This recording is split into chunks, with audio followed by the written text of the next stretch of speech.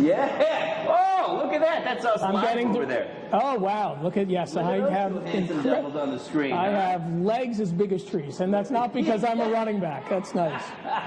That's nice. That is, boy, oh boy, two guys who should not have gotten Wow.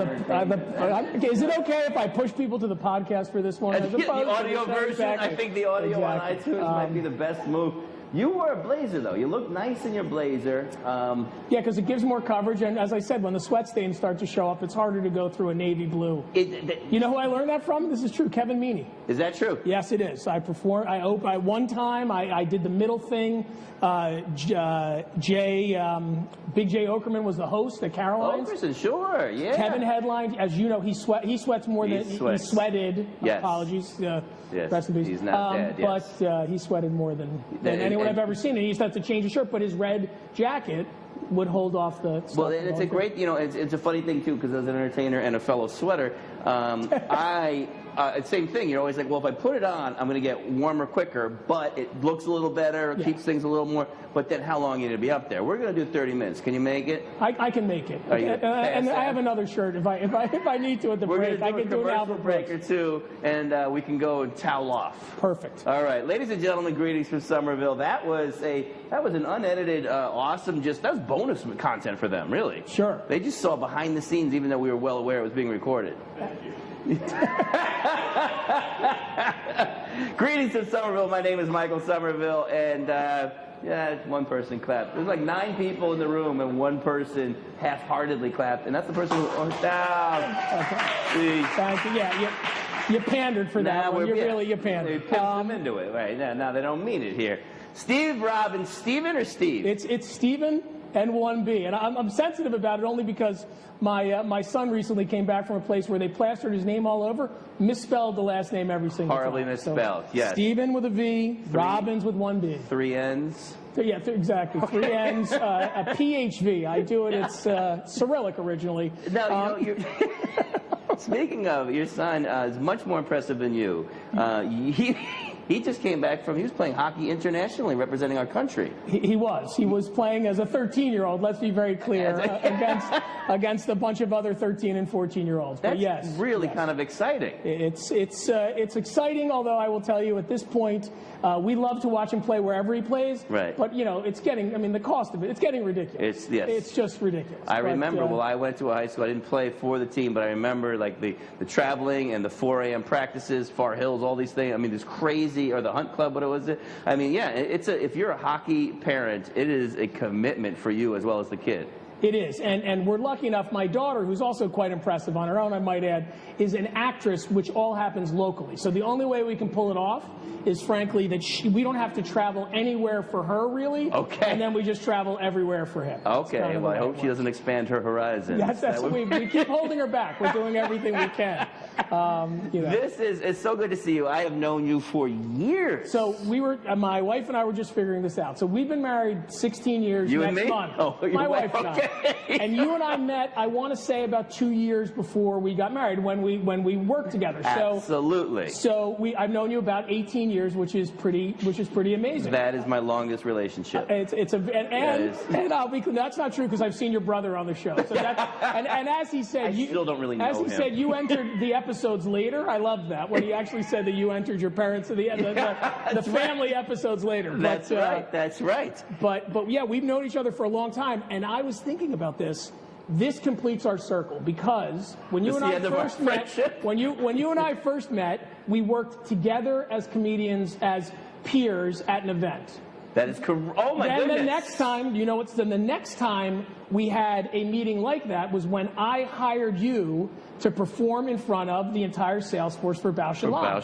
When I was actually up there, when it was owned by private equity, and I was the North American president. That is right. And now you're having me on your show. And I'm not paying you. And you're not paying me, but there are goodie bags for the guests that may come later. There's swag, which is critically important in every business. Those shirts are not going to fit us. So we're now, we have one pet, MZ. He's a guinea pig, so he'll be sleeping on that shirt. That'll be in the bottom of his cage.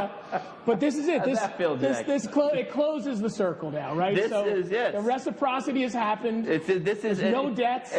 No one owes anyone anything. You're getting your free T-shirt. This is why you're on the show, by the way. I started this podcast 2 years ago, audio only, and I said I want to talk to interesting people from all parts of my life. And when I think about interesting people, I think about you. And I always do. I go, who's one of the most interesting people you know? I always think of you, but I didn't know why. And so I sent you an email, and I said, tell me, I would love to have you on. I know you're going to be a great guest. What about you is interesting? And you said... Which, isn't an offensive letter to get. Like, I'm having you on, but what, if anything, parentheses, is interesting about you? What about you? And I brought the email because the response was epic. You're Jewish but went to a Quaker school. Your parents have known each other since 3rd grade. You went to 7 summers of sleepaway camp for 8 weeks each, which I really want to talk about. All boys high school. You're an extemporaneous speech champion. You went to chicken school for Kentucky Fried Chicken in Louisville, Connecticut. You were the bad guy in an episode of Frontline as the drug company spokesman. As I said, you look like it. And president of Beau Shalom, lived in Canada, met your wife, who's about to be 16 years of marriage, and she's with us in the studio on Match.com, and you were, for a while, a stand-up comedian. Yeah, that's it. That pretty much covers it. That is your whole life. Did you write all that stuff on your Match.com profile for your life? No, but I will. I'm going to get killed in the car ride home for this. So because you asked, here's the Match.com story. I got on Match, and my wife's Match.com name, and people will now go to the Wayback Machine and try to look that up, but her Match.com name was Fun in the Sun 22. So let's be clear. Let's be clear. I was a guy of many years younger than I am now, and I thought, this is great. Yeah. Turns out, She looks a little sunburned right now. She's bright red over there. Turns out that Fun in the Sun 22 just was the day of the month she was born, and she was from Florida. So eventually there was plenty of fun. But early on, I thought there would be a lot more Fun in the Sun. Faster well, there's 2 kids on the couch, so at some point there was some fun. And to be clear, with my body type, it's in the dark. It's never in the sun. It's really fun in the dark. Fun, and it sounds like a 900 number. Fun in the Sun 22. Yes, and I still have every email back and forth from Matt. Do you really? Yeah, I do. Your very first? I do. I have the very first emails, and you'll love this. This is, by the way, all comedians do this. Not our first date. So our first date, we went to a place here in the city called Friend of a Farmer, which you used to not be able to get into. It's in Gramercy Park for brunch. It was packed. Okay. But Michael Brill, a comedian, was the manager, and I said, you got to do me a solid. I'm meeting this girl, and he got us in through the line, so I looked important. I love it, But I did the thing off the second date. I said, listen, I'm doing a set at Gotham. Why don't you come by? Because we all look better on a stage, and really, ask Leni Riefenstahl shot Hitler, and look, it works, because when you're a little guy like that, even when you're on the stage. So the fact is, how we look on the stage right now, actually. She came to the show, and on our way home, I walked her back to her apartment. There was a car accident in front of us on Park Avenue. Oh, my. And we both had flip phones at the time, because that's what people had back then. I love it. And we both sprang into action, and I swear to God, as I watched her, I'm like, this is it. Like she is unbelievably cool, unbelievably fun in the sun, and good with accidents. And I actually into action doing what? Calling 911 and getting someone, because there was a person hurt, and I'm bringing the show down now. But there was a guy hurt, and he was literally sitting in the middle of Park Avenue by the Associated grocery store that's down, I think, on 19th Street. I guess Old Gotham was. It's really not important where it is. No, it isn't. It isn't. But to me, it is, because it's a magical spot for us, and I need to be able to find it again. The accident. Yes, exactly. And I gotta say, anniversary. It was great. It's been a wild ride. We've lived in multiple countries. We've had children in multiple countries, and it's all working. All with each other. Yes. Okay. Yeah, just the same. This will be hard for you, Mike. Just the one. Okay. That's really no. just This the is one. good to know. Now, we don't want to divert too much attention, but your children are far more interesting, and your wife is here. How did you feel on that first day? You were over there, and you were you impressed with the little farm action? I was definitely impressed. And then how about seeing him on stage? Were you? I was even more impressed because just the fact that he was going to invite me and had that much courage to know that he wasn't going to bomb on stage. That's. And there, that was. How long were you into stand-up at that point when you invited her? It was probably, well, we were together, so probably about 4 to 5 years. So let's be clear. I had the 10 minutes. I didn't have much more. 10, right. But the 10, you can't I'm stretch. like, I was like, this is going to work because it works 83.7%. I'm not that fan. That's a very inside joke. But I had a good sense that it was going to be okay. Now, you are a hysterically funny comedian, by the way. You are someone who obviously has done a whole lot of different things in life, run companies, but to do stand-up was a crazy departure, wasn't it for you? It was. So for me, I had done a little bit of stand-up when I was in college, but I mean a little bit. Okay. Right? And then I went to work for a living, right? I came out of school and I went to work for a living. Get a job. And like many things, I worked for a company, ultimately worked in marketing for a company called Warner Lambert. We were merging with Pfizer. Okay. And the rumors were everyone's going to get fired. And back at that point, I mean, that was often the case when drug companies merged. And I looked at my resume and I really had an epiphany that suddenly I had gone from being a fairly interesting person to having 2 pages of healthcare on a page that didn't really tell people who I was. I worked on some phenomenal brands. I mean, I worked on Listerine and Benadryl. I mean, brands you know. Right. But I felt really boring. And so I was talking to a friend of mine who said, didn't you do comedy way back in college? Why don't you go take a workshop, which is a racket and that we can do. You can have your other comedian. But you the get up on reality stage is, and tell a joke. I went in there, a guy who's now also deceased. A lot of dead comedians on the show tonight. Yeah, you seem to collect them. Mike Irwin was a wonderful teacher. Yeah. And the fact is, because I was, like 30, not 19. Right. And I had done presentations and debate and all. I had a lot more to say quickly, right? So I had my first 5 years was a much greater acceleration than most comedians, but that's only because I was asleep for the first 25 in terms of, I was past the I have a one-room apartment and if anybody anywhere flushes the toilet, I get burned. Like I was past that. Exactly. But and you had some unique things to talk about. But it worked, exactly. And I have to say, Pfizer was phenomenal. They never, I never dissed them, but they also never got in my way of doing it. I was able to talk. I didn't talk a lot about the specific company, but I did talk a lot about being at that time I was a global marketing director for one of the largest drug companies in the world, and I talked about my observations of traveling the world, of being part of corporate America, of being the apologist that I then ended up having to be when I was on Sudafed and methamphetamine program. You weren't on methamphetamine. No, you were, I was, okay. right. That was different. Precursor. So that's a phrase. It's a word. Well, no, it's a nice, refreshing take. Most comics you see who are starting out are talking about smoking weed or whatever they're talking about. Yeah, and all of a sudden you had this real life experience. Speaking of, 2 things I have so many things I want to ask you. I had to do a whole season just with you.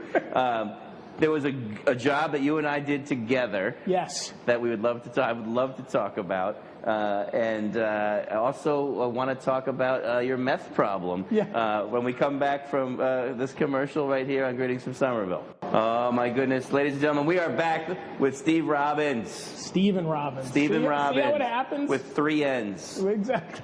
Steve.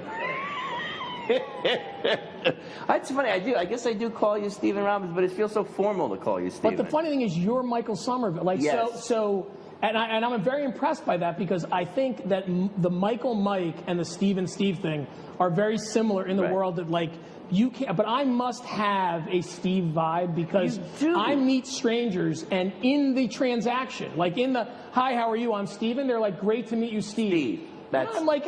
We were just there. I didn't say it. Yes. Right. Exactly. Are you missing every last letter? Yes. Because I'll change. But it's So I must throw off that vibe. Yeah. And, No, it happens to me too. I'll be like, I'm Michael, and they'll be like, nice to meet you, Lamar. And I'm like, his name is not Lamar. No, it hasn't been for a long time.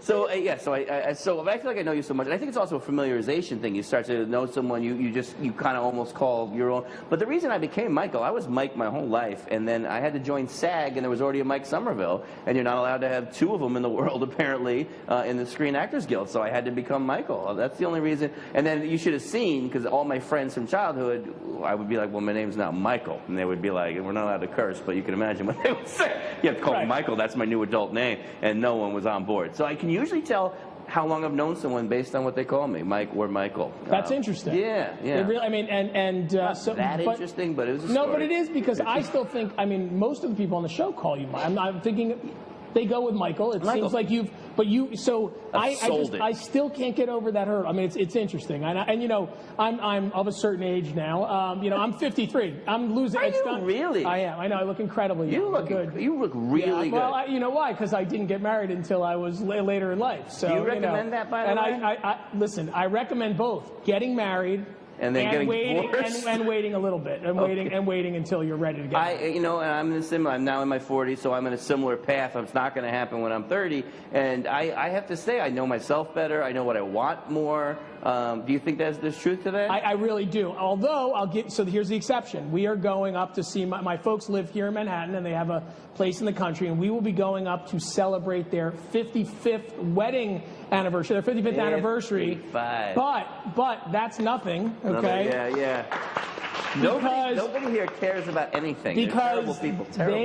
They've known each other, and this is crazy. They've known each other since 4th grade. Is that right? It is right, and it's not a joke. Because your My email dad said 3rd grade. No, we debate. There's big debates, okay. But I believe it's 4th grade. Because they went to summer camp. See how I'm leading? I'm giving you a nice lead. They went to summer camp together, and they went to elementary school together. Is that right? So it's 3rd or 4th grade. It's right in that zone. They've known each other that long. And here for a guy, and I do have to say this, I feel horrible for my father. Not that he's married to my mother. She's the better of the two. As by the way, if you want to have a successful marriage, that's the answer. Is just marry up, which I did, right? So that's the key. And I've met your girlfriend. I'm not saying you're there yet, but she would qualify. She's up there. So my dad can't tell a lie, though. Because my mother was there for everything. You know, like, it's unbelievable. I remember I bounced a check. And in college. And my father, who today, by the way, owns an accounting firm and a business, he absolutely ripped me one and told me I've ruined my life. Are you serious? And then he made the statement on the phone, and I never bounced a check in my life. At which point I heard my mother in the background scream at him, "You're lying through your teeth, Lee. You did it all the time when you were at Penn State." The man cannot lie. He can't. I'd say, he can't lie. And it's probably a simpler life for that reason. He just, why bother? Why try to make anything up? It's just over to you. She knows everything.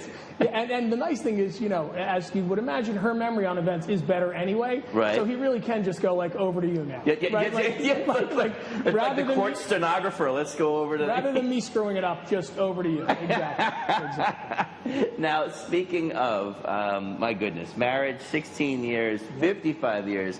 3rd grade, and they've known each other. That's an impressive amount of time. I understand we have a live audience mic now, so we can actually hear your lovely wife if you choose to chime in. Are you running the relationship? Are you wearing the pants in this whole thing? Is he just wearing? Is that, yeah. The kids are saying absolutely. Is that right? Some days. Some days? Yeah. No more fun in the sun. 22. Yeah.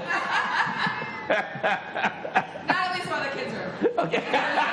Whoa, hey, all right. And that brings us to the camp. That's the reason. I think it's the real reason that summer camps, for particularly, frankly, for Jewish people, this has been a tradition for 100 years in the U.S. And I really do think the reason is that it gives the parents time to be alone without the children for that time. As much as we love the children, and we do, there's nothing like taking 8 weeks off while they have the time of their life, and so do you. Well, and I love this because that's the only 8 weeks they have. They're in school all year, and they finally get free, and you send them off. But you and I both have that in common. We went to summer camp. You went for several years for the full summer, 8 weeks. Yeah, 8 weeks. That is now. I want to talk about this because it cracks me up. I have friends now. I'm sure we all know people who are sending their kids to camp. And my friend's kid went to camp. She went for 5 nights, a camp for 5 nights. They have cell phones. They have cameras at the camp so you can go online and watch your child all day at the camp. I mean, when we went to camp, that was it. You were like in another country. You had no contact with your parents. You had no... We had visiting day at the midpoint. 4 weeks. Visiting day. And I want to say we got one... And it was quite literally a rotary dial phone call home. Yes. I think it was in advance of the visiting day, so you could say, I need Weilers, which I don't even know if it exists as a brand. Weilers? But you could get drink mix. There was a lot of rules around what you couldn't have. Okay. And so in that call, you could put in the list of what you wanted. And, it had to fit the certain... But that was it. So we got one call... One was it visit. A kosher camp? Oh no, it was not. It was it was. My brother went to one of those. It was carob instead of chocolate. No, it was no. rough. I'm an ecumenical. Well, I used to talk about being a white Anglo-Saxon Hebrew. So remember, I went to Quaker school from kindergarten through 7th grade. I went to Episcopalian school at Lawrenceville. Did nobody want you? They just kept. They just. That's why I'm only interesting because I don't fit in anywhere. I sit in the room and I smack myself and Episcopalian. No, and so no, it was a all sports camp, and sports camp. It was you just played sports, you did the water things, you climbed mountains. It was up in Maine, so you went and you climbed Mount Katahdin, you went down rivers, you did all that stuff that really Jewish kids from the suburbs weren't going to do at home. Like I don't know what your friendship circle is, but you don't see a lot of Jewish kids going, I'm heading out to the woods now to chop something down, right? Live off the land. It doesn't. They're like, Moshe, come on, what are you doing? Study more. So for 8 weeks, they threw you into the wilderness. Whoever lived, and that was kind of. And that was it. That's what I loved about it. I remember my camp had one phone. It was a pay phone in the where we ate, the dining hall. And once in a while the phone would ring, and parents had to time it. They would try to figure out when the kids were eating. They would call that number if they could find the number somehow, and hope that someone answered. And then if it was someone's parent, like literally, someone would yell out like his blah, blah, blah. It happened to me once in my entire childhood. My parents called. I just started bawling. I mean, I just started crying. I'm on the phone. Come get me. I don't know what. I love camp, but there's something about that contact. But I think it helps you grow. It helps you learn how to be a person, right? It does. To not have a leash on you and to not be able to just...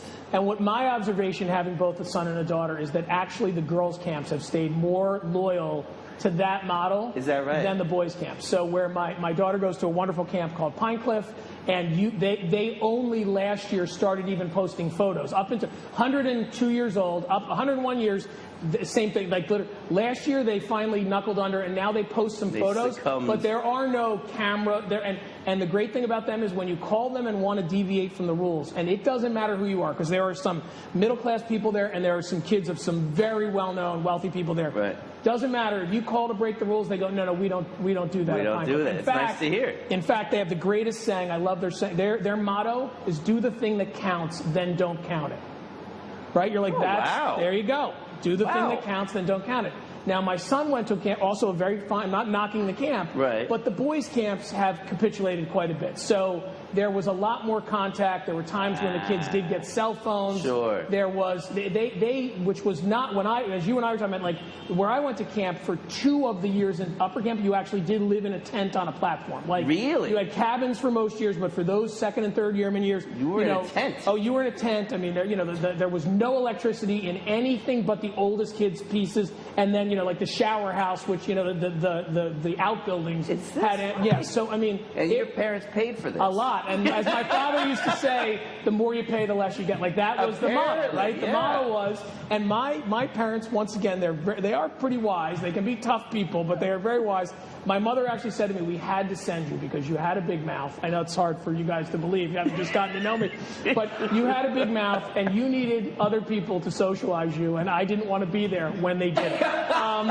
So they had to beat you into commitment. Well, she didn't say that, but that was I had a counselor who played football for Trinity, and he'd go out on his out nights and come back a little bit tipsy, and he knew A, I could take it, and B, I would give him heck.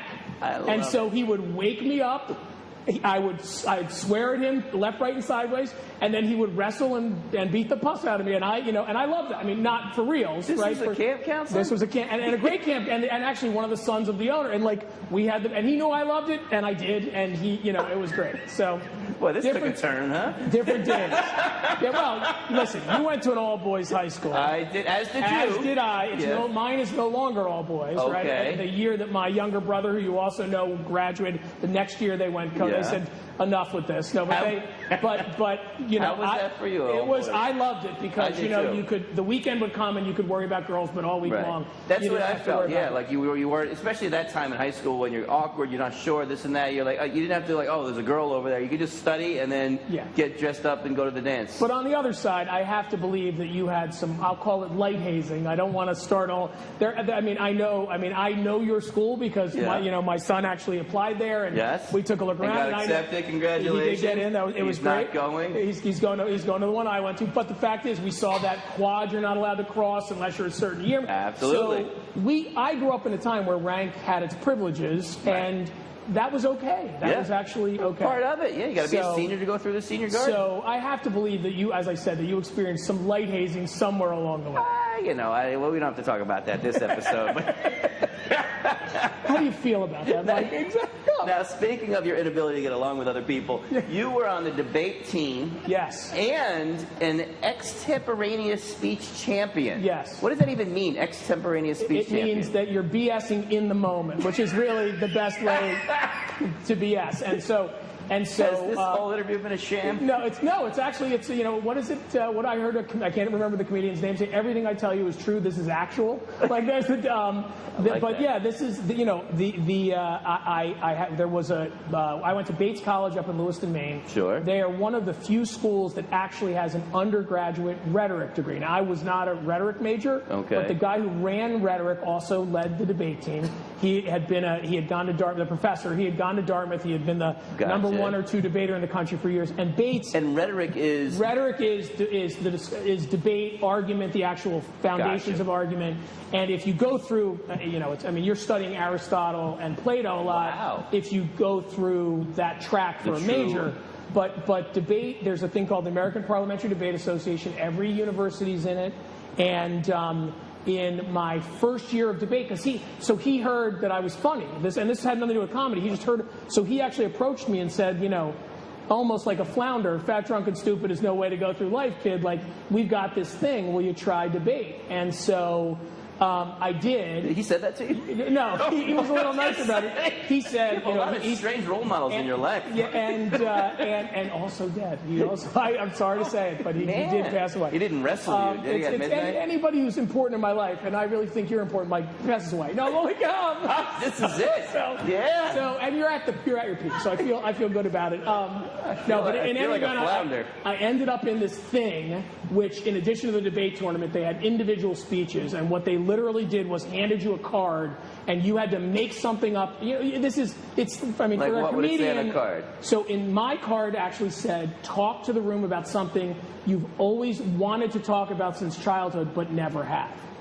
And so for me, the obvious thing was the fact that G.I. Joe had no genitalia, right? I mean, we all grew up with G.I. Joe, and we did. And the problem for me, because as you break it down, this show's gonna get canceled. The problem for me is that he's an army guy, okay, and he's like a drinking guy. Like, you can't go into a bar and have 5 or 6 beers with no genitalia. I mean, there's a physics issue, and that's what I wanted the room to understand, is that there's a physics issue, and also I have to believe in the army, and at that time, because this was the army in the 1980s, you're going to take a lot of guff over not having any genitalia, right? I mean, anytime you're unwilling to take on a dangerous assignment, they're going to be like, what, you got no, you get it. So I spoke about that for 5 minutes, and the room reacted in shock, and yet it was and laughter, and they found it very funny, and I walked away with it with that thing. But if we have any sponsors left, we're going to take one more commercial break. And I am a business guy. I apologize, because this is what I do at the office all day anyway. We'll be right back with Frank Robbins. Did we pay the bill? The power's on? All right. We are back.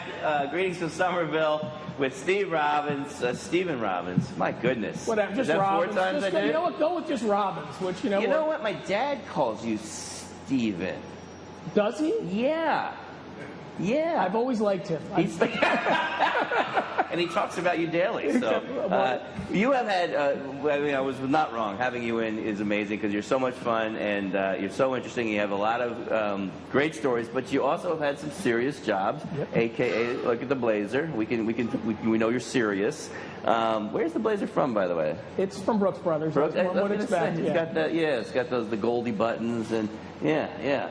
So. You've had some bumps along the way in some of these jobs. I know, in particular, you were the bad guy. What? Tell me more about that. So, and it was it's a fascinating experience. So at one point in my career, I ran what's called the upper respiratory group at what was then Pfizer Consumer Healthcare. And the brands that you will know in that were Sudafed, Actifed, Benadryl, and then Pediacare was also in that group. Okay. And so basically, and cough, cold. For the company I was working for Pfizer, and they were now they're mainly owned by Johnson & Johnson, which acquired that division later in life. But at the time, Sudafed, which obviously by name, which is made of pseudoephedrine, which is an ingredient that is not, I want to be clear, itself methamphetamine, but can be used as a precursor chemical of methamphetamine. To make meth, began to be used to make methamphetamine. Oh, yeah. Now, in fact, it was not over-the-counter products like Sudafed were not the main source of methamphetamine. Right. What was the main source of methamphetamine was huge, like kilotons of pseudoephedrine and ephedrine being shipped in from China, primarily through Mexico and Canada, and then these polydrug cartels would go into basically the California forest, cook. Like there was a show, I can't remember what that show was. It did reasonably well. Yeah. They were breaking something anyway, and they would go cook. And then the interesting thing is that when not only is meth very horrible for the people, but it's environmentally to make it is a disaster. Oh, is that right? It's like bad for the environment. And so they would then kick over the stills, because think of it as a still. It was a cooking process, and they would dump, because the way you get the pseudoephedrine to turn into methamphetamine. I'm not going to go through the whole formula here. Now there's a couple of guys going, "Hey, get to the kitchen!" But no, we're not going to do that. But the fact is that they would dump these things over, and you'd use Drano, and you would use harsh ingredients to separate the pseudoephedrine. And so they were poisoning mass tracts of the national forest. And that was costing California a fortune. And so partially because of that cost, frankly, the political world started to get involved and say, how are we going to pay for this? Right. I can't sue a polydrug cartel because they're tough to find. Right? I mean, you're knocking nobody's home. No. But all these drug companies that have pseudoephedrine products are also being used in much smaller scale, like individual operations. Sure. It's smurfing.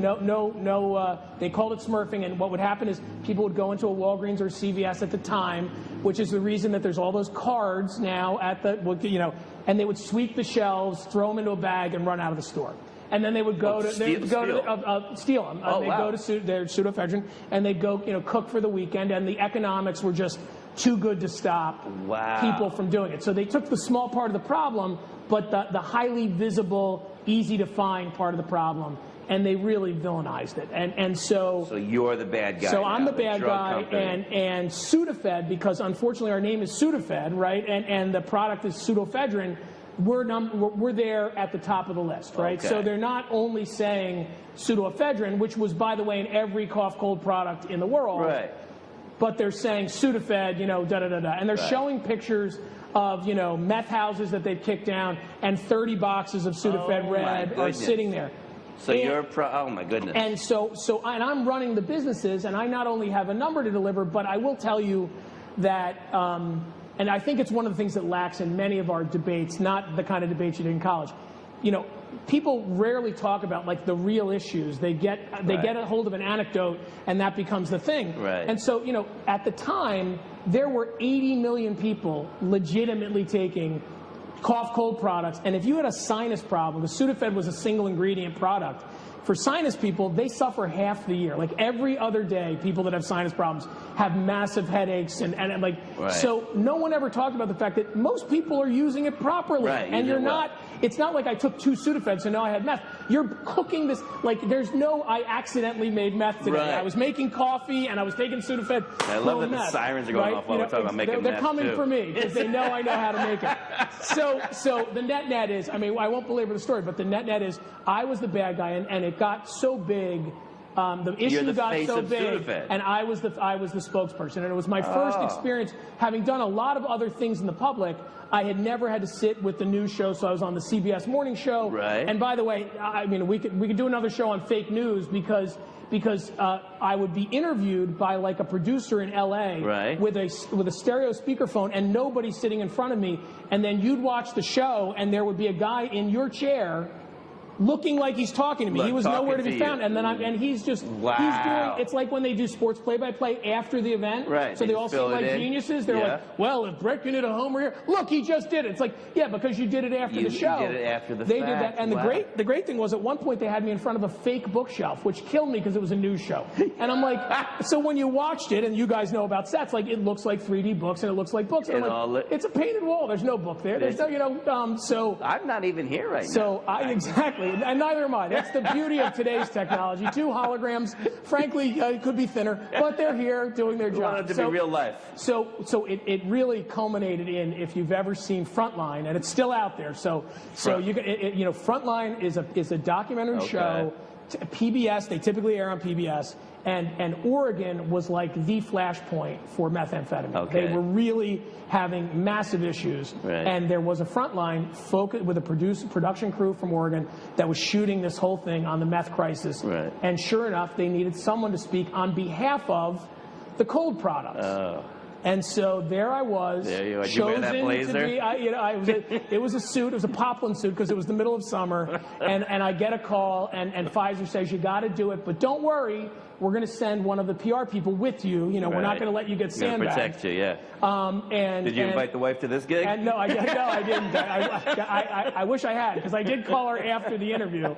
And the guy said, listen, I want to do this in a natural environment. Let's go out to Central Park. So I am wearing a suit and tie. It is 95 degrees and 98% humidity in the middle of summer.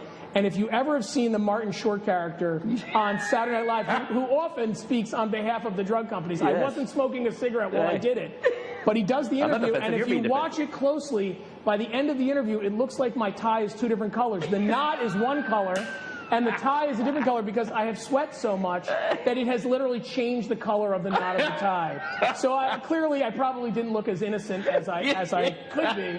And then to complicate matters, and I said I have real sympathy for you guys, there was a homeless person who had built a shelter in the tree next to where the guy was actually interviewing me, and halfway through the interview, the Parks Department shows up and decides to saw down the limb because they couldn't get the fort done. So I'm trying to focus on this. My PR person is there, and I think at one point, and I'm pretty sure it's in the transcript that was on the PBS website for Frontline last time I looked, the guy at one point asked me, like, how do you sleep at night? Right? Like, this is, so it wasn't exactly, and by the way, he was pretty fair-handed up until, like, the last few questions, which were the singers. And I'm thinking, how do I sleep at night? And I'm thinking, better than the guy who's not going to be in the tree tonight, but I've got to answer that. So but I have to say, we came up with a solution, and Sudafed, that we invented that card system that you see today. Is that right? And by acting first and putting Sudafed red behind the counter and reformulating the other products for the front, we actually ended up winning. And it's not about the win, because I've made many mistakes in my life and my career and everything else. But it is about an intense period of time where you kind of every day you had to come in thinking about what's the next thing. Well, man, you have collected so many fun stories, and somehow in the process, also a beautiful family, which I am flattered that you thought would be a good idea to bring into to watch this. Did you guys have a good time tonight? Well, they would never believe that I did something. They know me well enough to be like, if I said I was on Mike Somerville's talk show, they'd be like, yeah, right. Yeah, so, sure. They need I think they'd be more like, who? But I have to say, it's a great show. Look, for those that haven't haven't listened, I'm gonna now plug you. I plug many things. Absolutely. You got listen to the podcast and watch the TV show because I think SBTV. It's actually two slightly different experiences, right? It is right to listen versus watch, sure. And they're both great experiences. So I would highly recommend it. If you want to hear me a little more serious, we have a podcast, right, called NECG Notes. It's on Apple iTunes. We dropped the 6th episode today because I knew I was coming on. Congratulations. So thank you, because it made me edit the episode and put it up there. No problem. It's stories about great brands. So the latest one is about the invention of Chesta Cheetah from Cheetos. Because we worked on that. We're going to edit all that out anyway. Good, it doesn't matter. fine. Thank you so much for coming. And thank you for letting me. Thank you, my friend. Stephen Robbins, everybody. Thank you, guys. Thank you for coming, everyone. Have a good night.